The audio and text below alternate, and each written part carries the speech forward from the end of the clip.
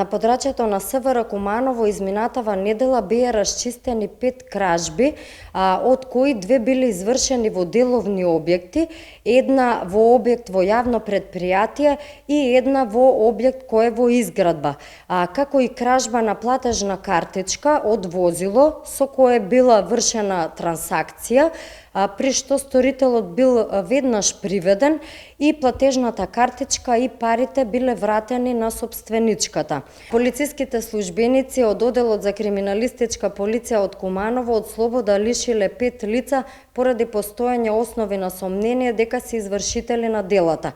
Исто така, вчера беше приведено и лицето кое при размена на пари на 21 годишен маж му дал фалсификувана банкнота од 500 евра.